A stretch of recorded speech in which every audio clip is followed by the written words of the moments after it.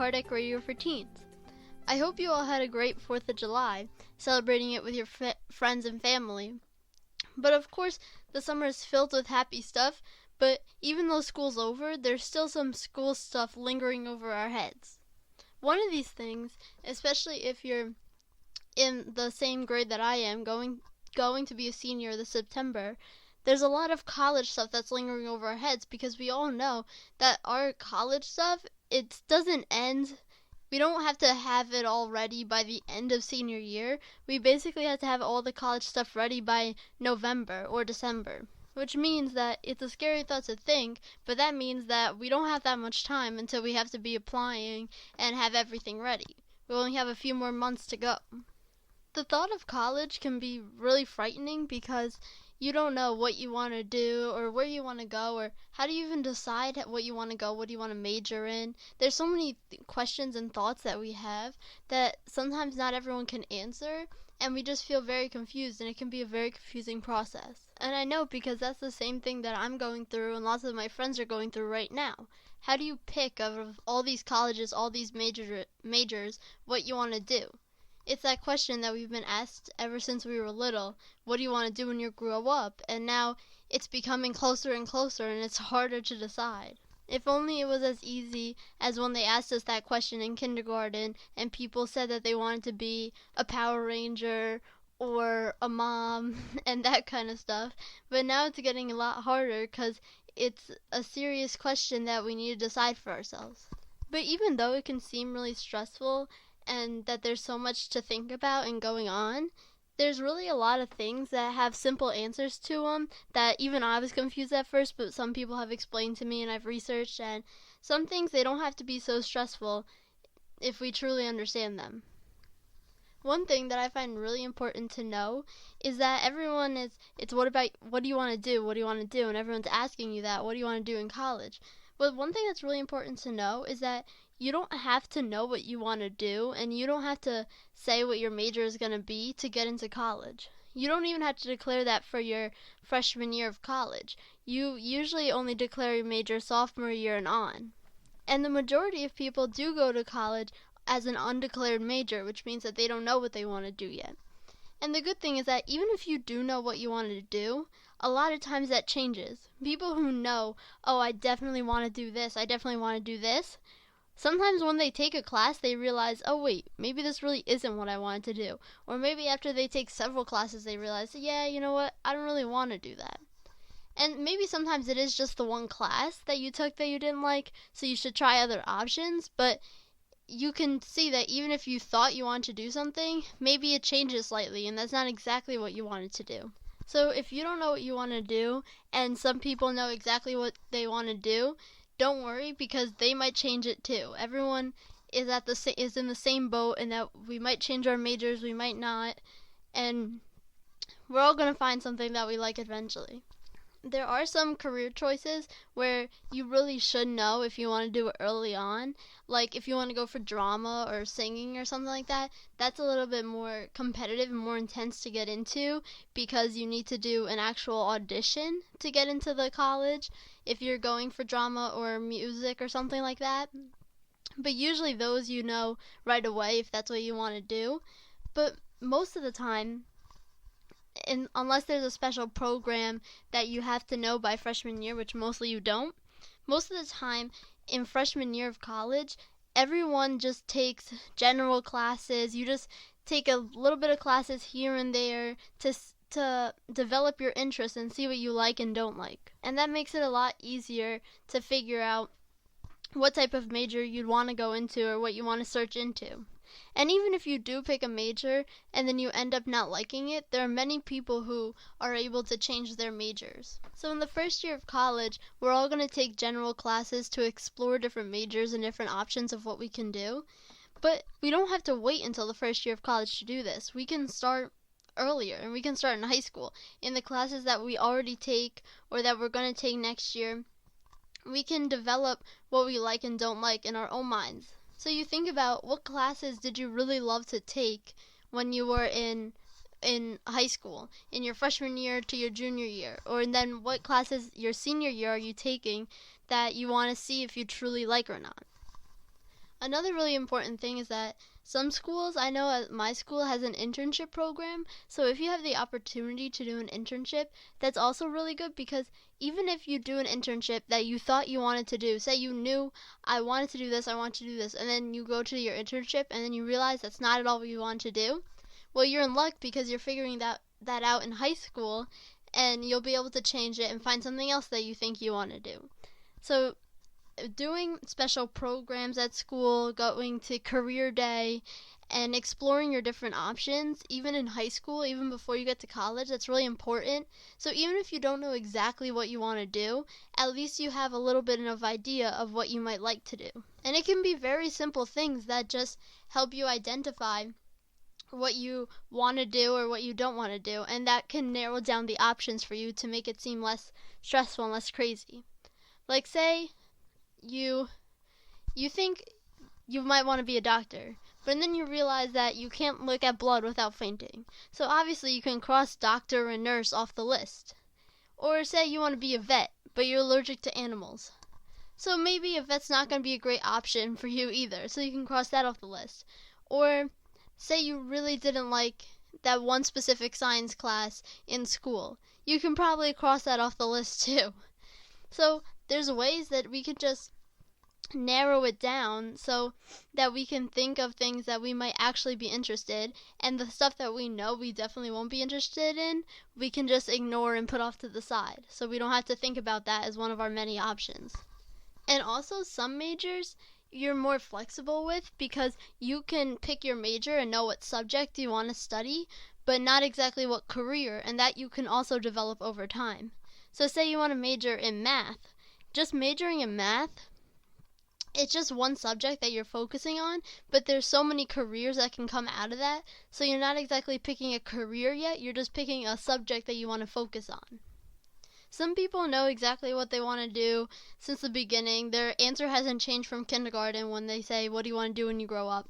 It's been the same answer all along. Some of us, it's changed every other week and we can't decide on something. But if we look at the classes that we're taking and the internships and the programs and all the opportunities and take into account, we can narrow down a couple of options that we might be interested in. And even if we don't know, going into college, they're going to give us classes that help us see different career options and see what we want to do. So one thing we shouldn't be stressed about is what exactly you want to major in, because most people don't know. Another thing which is really important to know about that we all stress about, because even I was like so confused on how do you pick a college, because there's so many colleges. Think about your town and then think about how many colleges are with 1 hour of you. There's so many.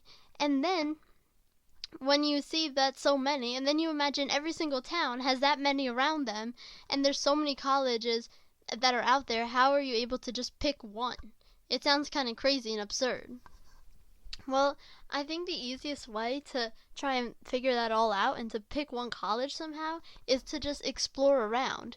To go to college fairs, explore the online website of colleges, and see what might interest you. See the area. And if you do know what you want to do, if you have an idea of what kind of specific topic you want to go into, then make sure that that college has that program, and if they have that program, maybe look into that school more. And like I know my school has an online website they use called Naviance, which I'm sure a lot of schools use, and if not, they use something else. And it really helps you to compare colleges and to find colleges that might be of interest to you. But how do you figure out what interests you? How do you figure out if you want a big school or a small school? And I think honestly the best way to figure out any of that is to actually visit the college.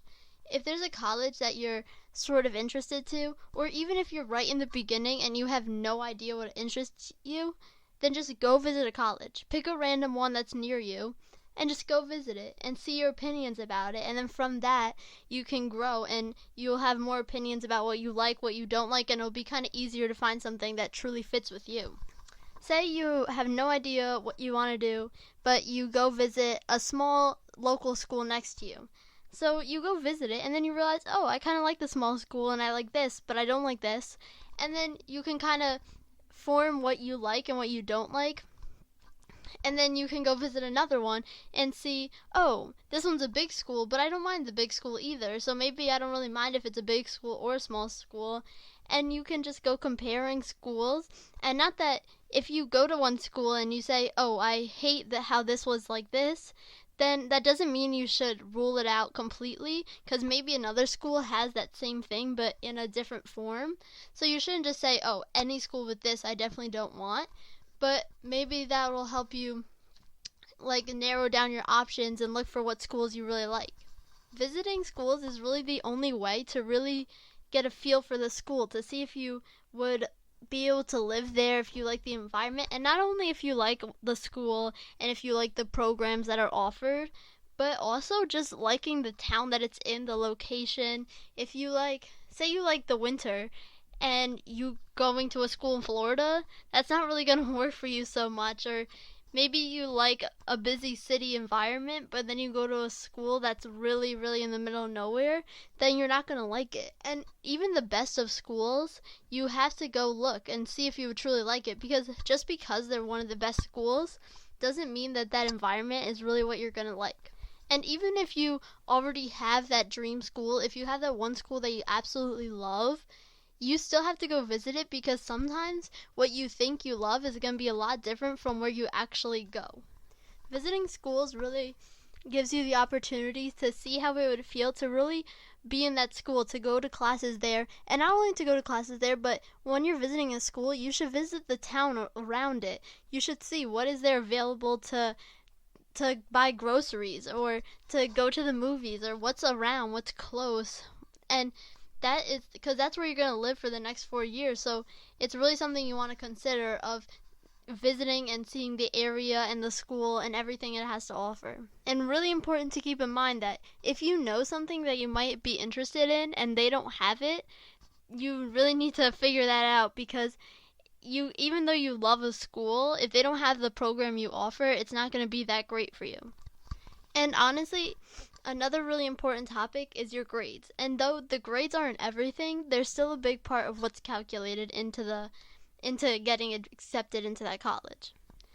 I would recommend taking the SAT and the ACT as early as you can junior year, so that you can get an idea to take one of each, because just because everyone says that the ACT is better than the SAT, but when I took it, I liked the SAT better. So it's really up to you and your own preference. So you should take it early on, one of each, so you can figure out which one you really like and which one you're doing better on.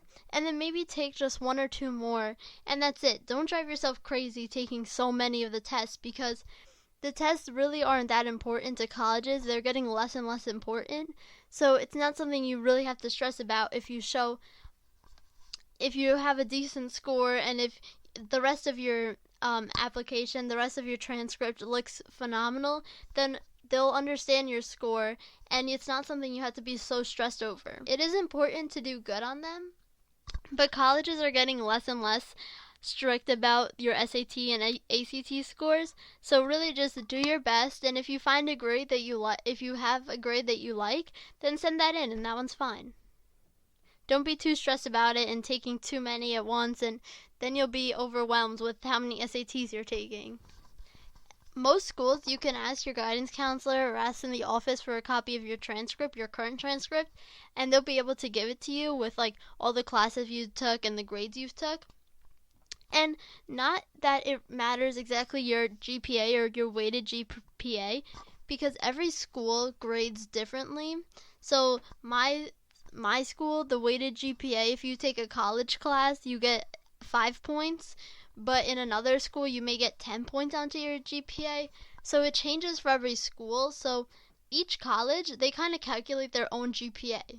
They look at what classes you took and what's important, what hard classes you take, what college AP classes, or what easier classes you took. So they take that all into account, and they kind of create their own GPA to analyze you by, so that it's fair for different colleges, for different students, I mean.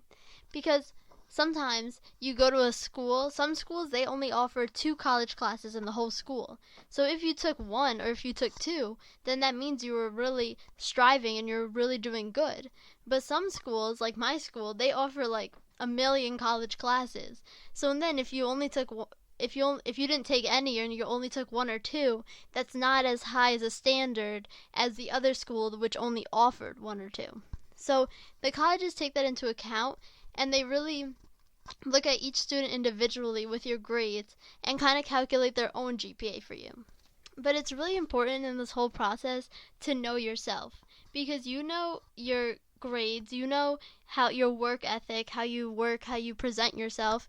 And some schools, they just have really high standards of what they accept in, and sometimes their scores are ridiculous. Their GPAs is like a 4.0 to get in, and it's really hard. And you may have that one school that's your dream school, and even though it's a little bit harder, then shoot for it. You can try, but make sure that you have some schools that are more in your grade range so that you can be sure you have a higher chance of getting in.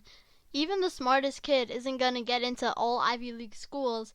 You have to, and you might not like all Ivy League schools. You need to really explore your options and know yourself and see what's going to work best for you. Another really big advice I have is to start your college essay if you haven't.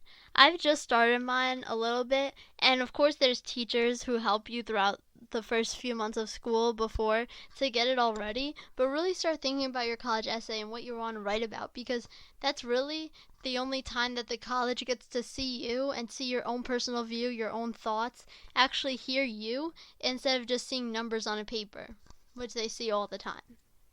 And this process really is truly about knowing yourself and knowing what you like, what you want to do, and even if you don't want to do, knowing what you might want to do, because everyone has different opinions. Like the SAT, ACT that we were saying before, a lot of people, the majority of people say they like the ACT better, but I like the SAT better. So that doesn't mean one person's right or one person's wrong, but it's just do what's best for you. Some person might have visited a school and not liked it because it was too big, but you go there and you love it and you don't mind how big it is. So everyone has their own opinion, so don't just trust what someone says, because how they liked it may be different how you liked it or not. And even though of course it matters what your friends and family think, you're really going to be the one who's there, who's living that. So find something that you like, and when you're in college, look for groups and clubs who you can associate with, because those people are going to be interested in the same thing as you do. If you like, say, political debates, and there's a debate club, then obviously those people like similar things as you do, so maybe you can make friends that way, and you'll find different groups of people that you can associate with.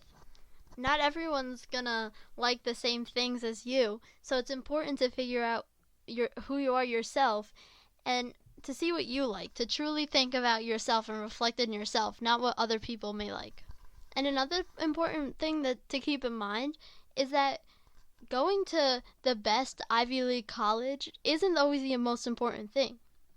If you want to do cosmetology or you want to be a mechanic and you love that and you're passionate about that, and you took classes throughout high school, because I know my school, we have programs that you can do, like a vocational training or like specific job training. And if you do cosmetology or mechanic, sometimes you have your license to just go straight into those jobs without even going to college or doing any college classes, or only having to do a few college classes.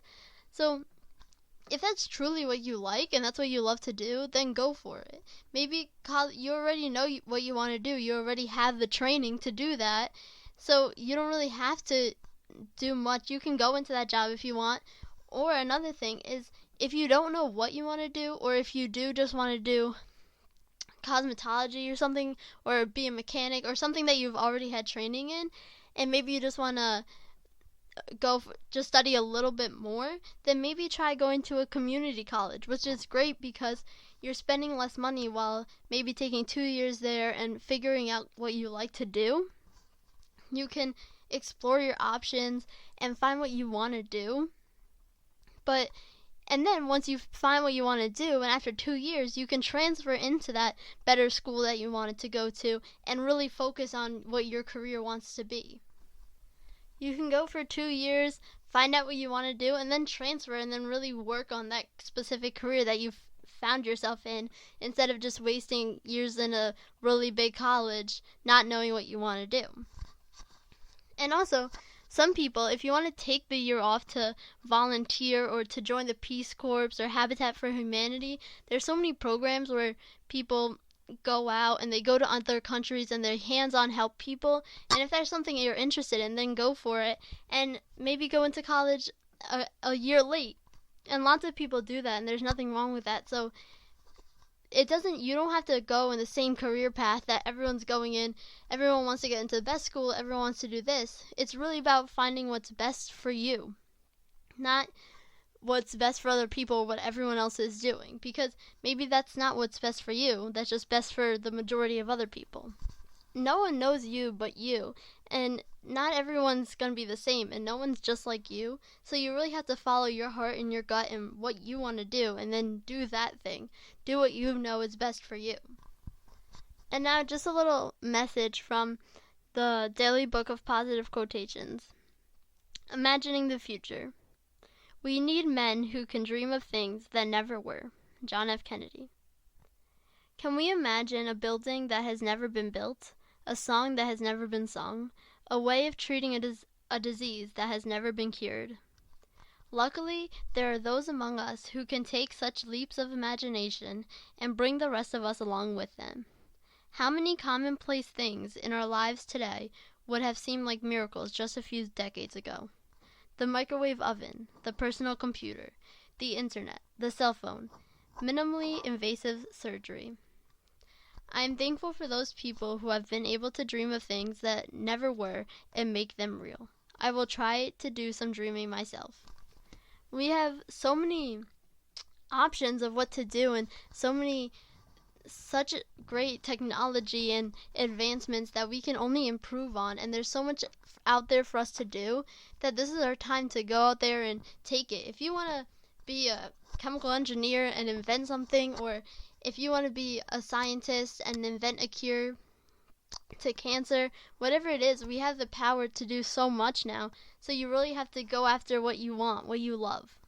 No matter what you decide to do after high school, whether it's college or community college or volunteering in the Peace Corps or doing a vocational training, whatever it may be, make sure that it's something you love, and make sure that it's something that you're going to love for the rest of your life. And know that you can always change it. You don't have to be set on one thing right away. There's time to explore and discover and to figure it out. If you all have any questions or comments or anything about this show, please feel free to email me at kardecradioforteens@gmail.com, and I'll answer to you as soon as I can. This has been Kardec Radio for Teens. Thank you all for listening.